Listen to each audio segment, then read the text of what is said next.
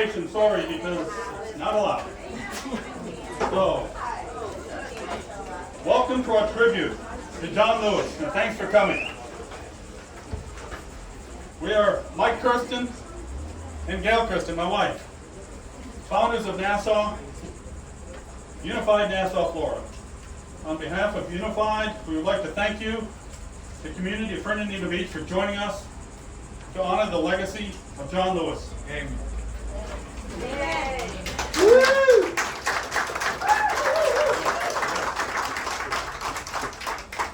After the speeches, everybody is physically able to, if you want, we're going to do a little march, and we'll follow the guy in the yellow vest, who's going to be over there.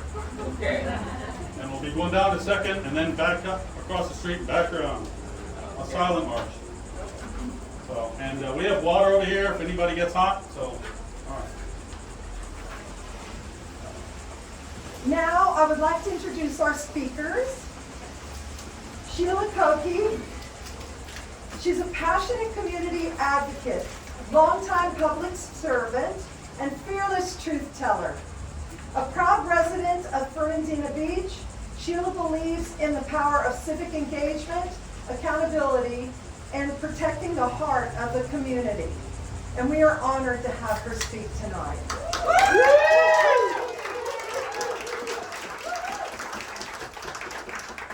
And we have LaShonda Holloway. LaShonda is a dedicated community leader, educator, and advocate who, like John Lewis, believes in lifting up every voice and standing strong for what's right. We're honored to have her with us tonight.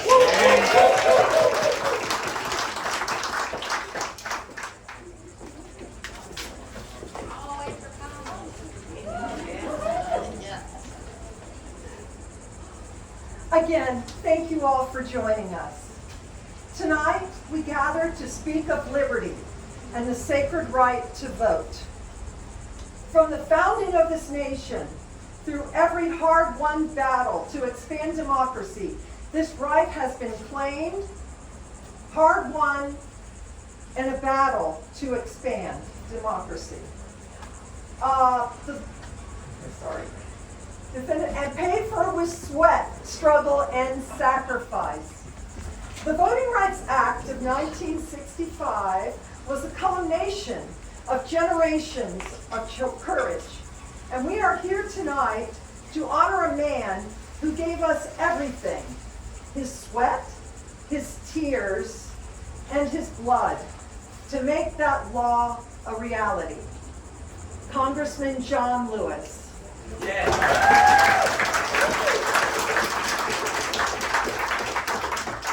But now that very law has been gutted, piece by piece. Protections that Lewis marched for, bled for, and nearly died for are being dismantled. Why? Because there are those in power today who want to turn back the clock to a time when only the wealthy white men and well-connected had a say in our democracy. Yeah. And let's be honest, we let it happen. We looked away. We took our eyes off the ball. But not tonight, not anymore. It's time to get back into the game. It's time to fight like John Lewis taught us, with dignity, with courage, and with unshakable purpose.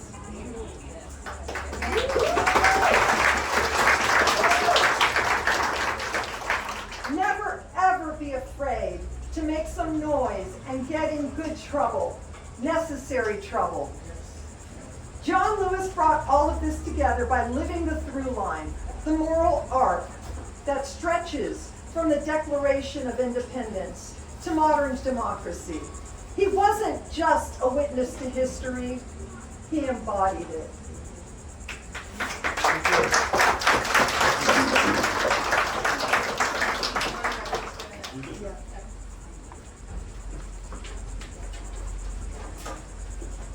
We hold these truths to be self-evident, that all men are created equal. Amen. Amen. These are the words that launched a revolution. Bold, unapologetic, revolutionary. But we must tell the truth. They were written by men who owned slaves, by men who did not believe that women, the poor, or indigenous people were equal. And yet those words escaped the minds that wrote them. They became more than a declaration of war against a king. They became a declaration of hope for generations yet unborn. The truth of equality was not self-evident in 1776. It had to be fought for, and still it must be.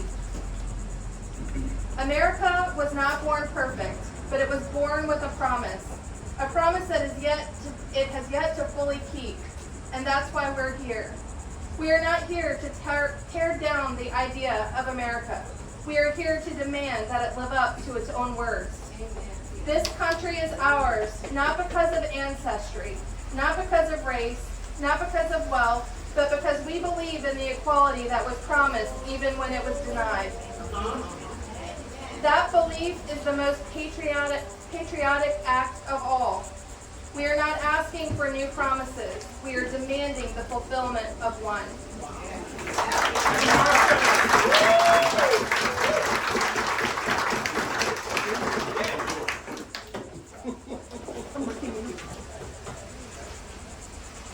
The Reckoning, inspired by Lincoln's Gettysburg Address, 1863.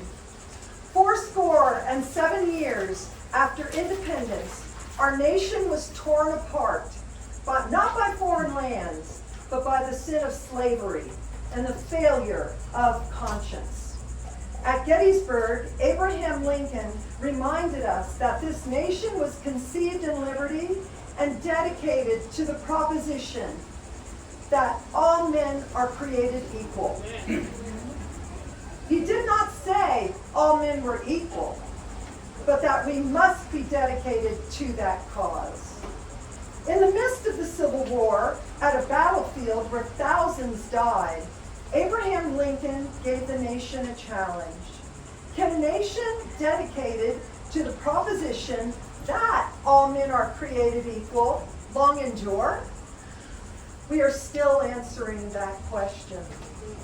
We live in a time when truth is twisted and power is hoarded.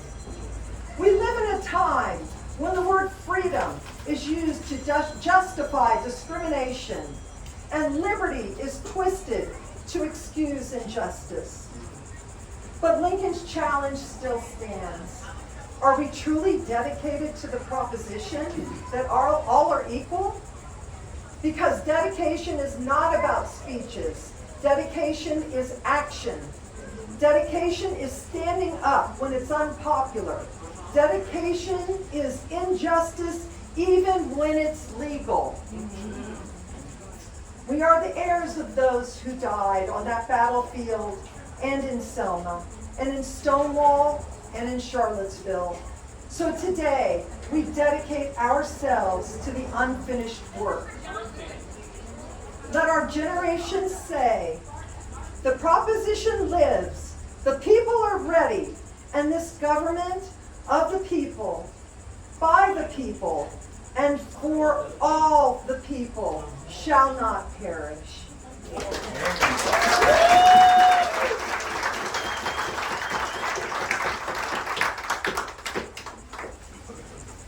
Hi.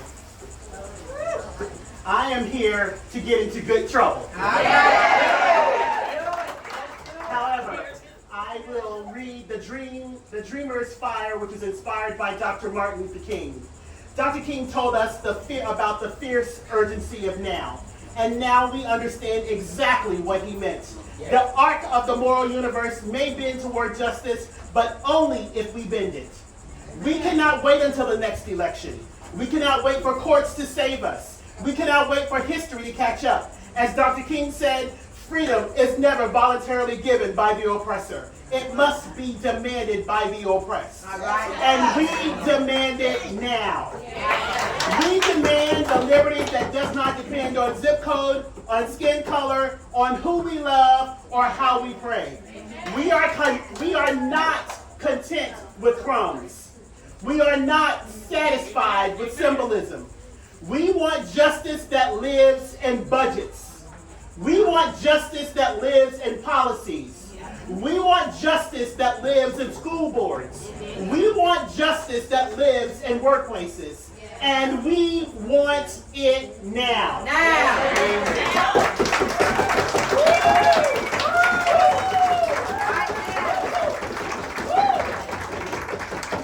Dr. King dreamed of the day when every valley shall be lifted and every hill made low. That is not poetic. That is not political. That is structural. So let us march, not in nostalgia, but in commitment. We are the dreamers. But more than that, we are the builders.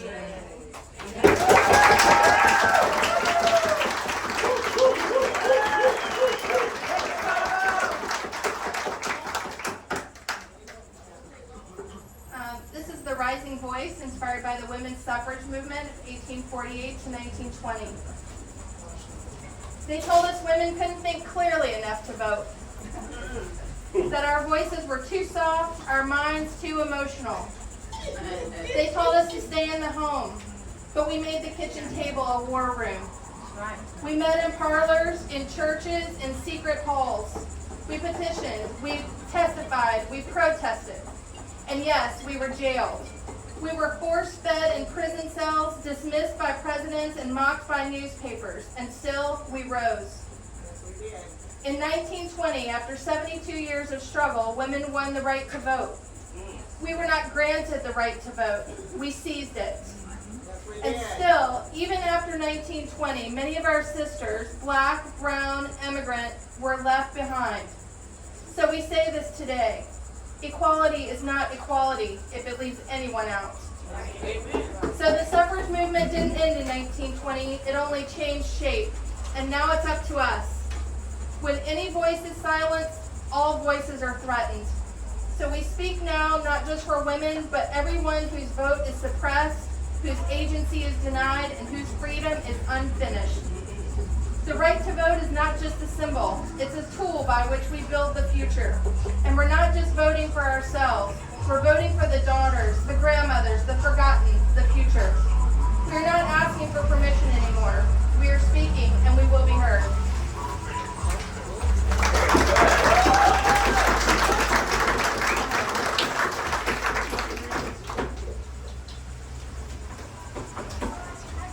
The Good Trouble, inspired by John Lewis.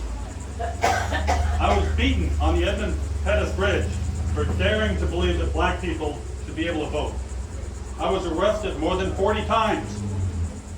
I was spit on, cursed, mocked, and still I marched. I marched because I believed in the dignity of every human being. I marched because the vote is sacred. Now, my friends, I ask you, will you stand in the river of history? Will you raise your voice when others are silenced? They are trying to stop us with voter ID laws, with gerrymandering, with polling place closures. But we will not go quietly. I say this to the young people. Do not wait your turn. Find your voice. It is your turn. Get in the way. Make good trouble. You may be called radical, disruptive, unpatriotic. But remember, so was Dr. King. So was Fannie Lou Hamer. So was I. Our democracy is not self-sustaining. It must be defended with our votes, our voices, and our feet. We must redeem the soul of America.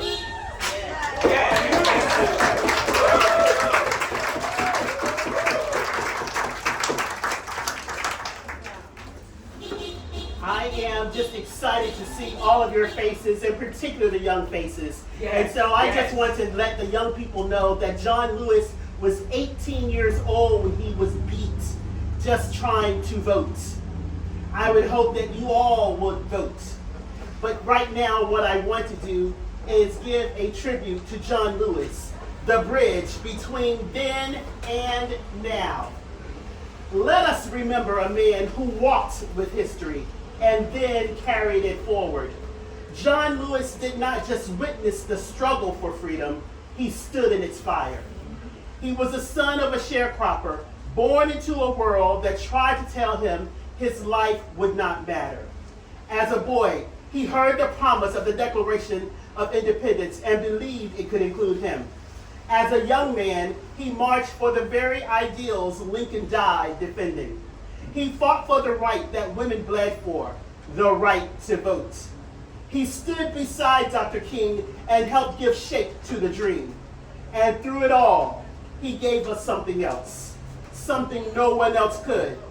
He gave us a phrase that defines our mission today.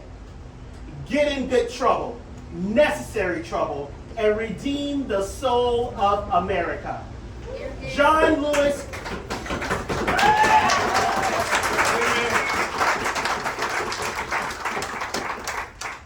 I think I should say that again. Good as get in trouble. Good trouble. Necessary trouble. And redeem the soul of America. John Lewis was the living bridge between past and present, between Selma and today, between struggle and hope. And now that bridge belongs to us. So let us cross it with courage, with love, with unshakable faith in the dignity of every human being. Not for the sake of history, not just for the sake of history, but for the sake of the future. Now, before we walk together down Center Street in silence, I also would be remiss if I did not acknowledge the only African American to be elected in this county in the last 25 years, and that is Patricia Thompson, who was once. And that happened in this county because the people got in good trouble and they went to vote. So, again, before we walk together down Center Street in silence, I want you to imagine yourself walking beside John Lewis. Not here, but on the Edmund Pettus Bridge. The year is 1965. You are just 25 years old, and in front of you stands an army of police with batons, tear gas, and horses. They are waiting to beat you down. You are marching only for the right to vote. And in that moment, you must ask yourself, will I stand strong? Yes. Will I push forward? Yes. Or will I walk in this struggle not with fear, but with purpose? Yes. That is the walk that John Lewis took. And now we walk in his footsteps. Let us walk together in silence and with courage, with memory and with conviction.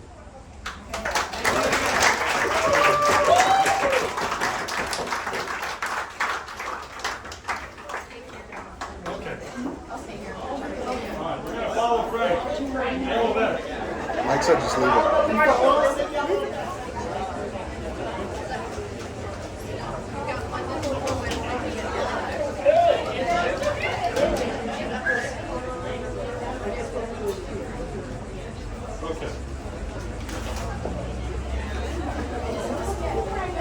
Okay, everybody gather around.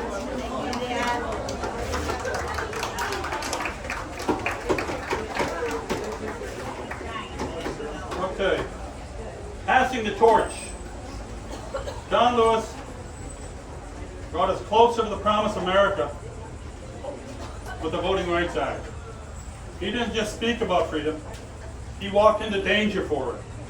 He stood on the Edmund Pettus Bridge with nothing but faith, fierce conviction, and a demand for the right to vote.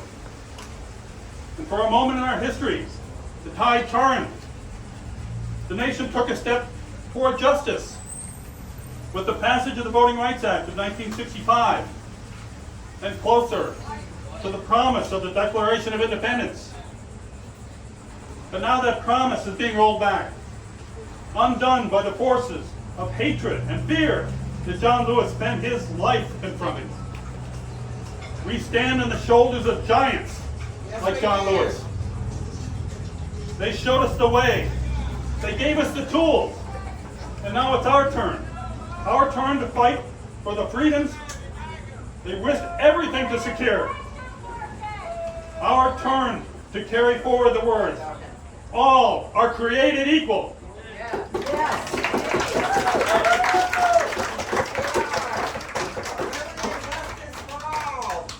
And our turn to demand that every citizen, no matter their race, income, zip code, party, has the unshakable right to vote. This is not a time for silence. It's a time for action. Let's live up to the promise. Let's protect the vote. And let's honor John Lewis by making good trouble, necessary trouble, until justice rolls down like water and righteousness like a mighty stream.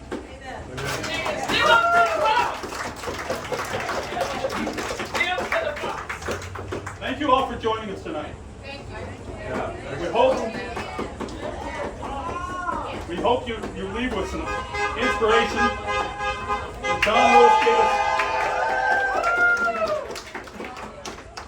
us. We hope you leave feeling the same inspiration that John Lewis gave to so many. A call to stand up, speak, and make good trouble. In honor of the voting rights John Lewis fought for, we invite you to take some of the postcards that we have on here and pass them out to people. It's got a QR code on it.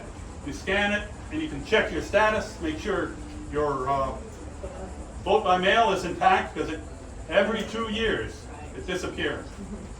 So please take some and pass them all as far and wide as you can. We need to get people to vote. Let's carry his legacy forward, not just in words, but in action. Thank you again and good night.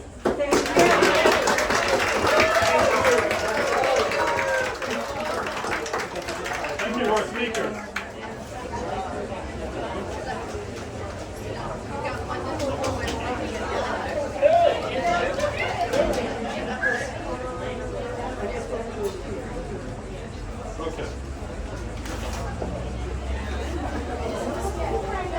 Okay, everybody gather around.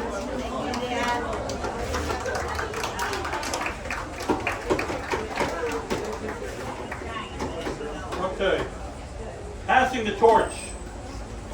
John Lewis brought us closer to the promised America with the Voting Rights Act. He didn't just speak about freedom, he walked into danger for it. He stood on the Edmund Pettus Bridge with nothing but faith, fierce conviction, and a demand for the right to vote. And for a moment in our history, the tide turned. The nation took a step toward justice with the passage of the Voting Rights Act of 1965, and closer to the promise of the Declaration of Independence. But now that promise is being rolled back, undone by the forces of hatred and fear that John Lewis spent his life confronting. We stand on the shoulders of giants like John Lewis. They showed us the way. They gave us the tools. And now it's our turn. Our turn to fight for the freedoms they risked everything to secure. Our turn to carry forward the words, all are created equal.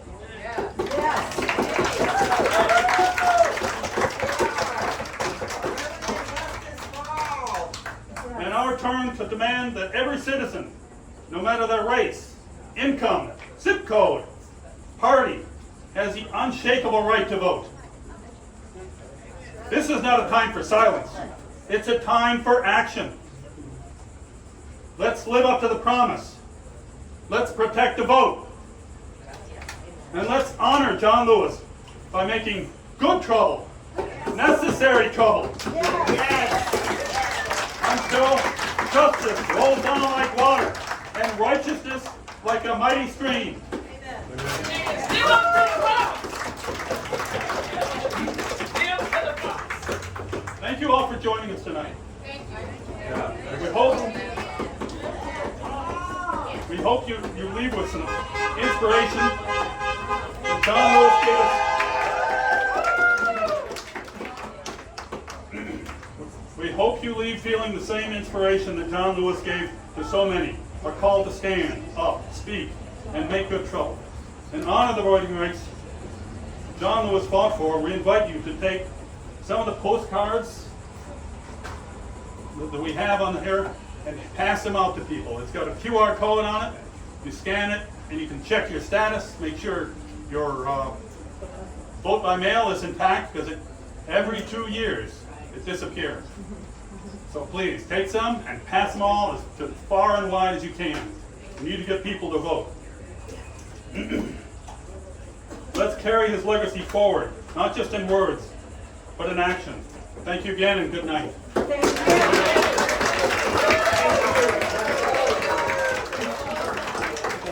Thank you, our speakers.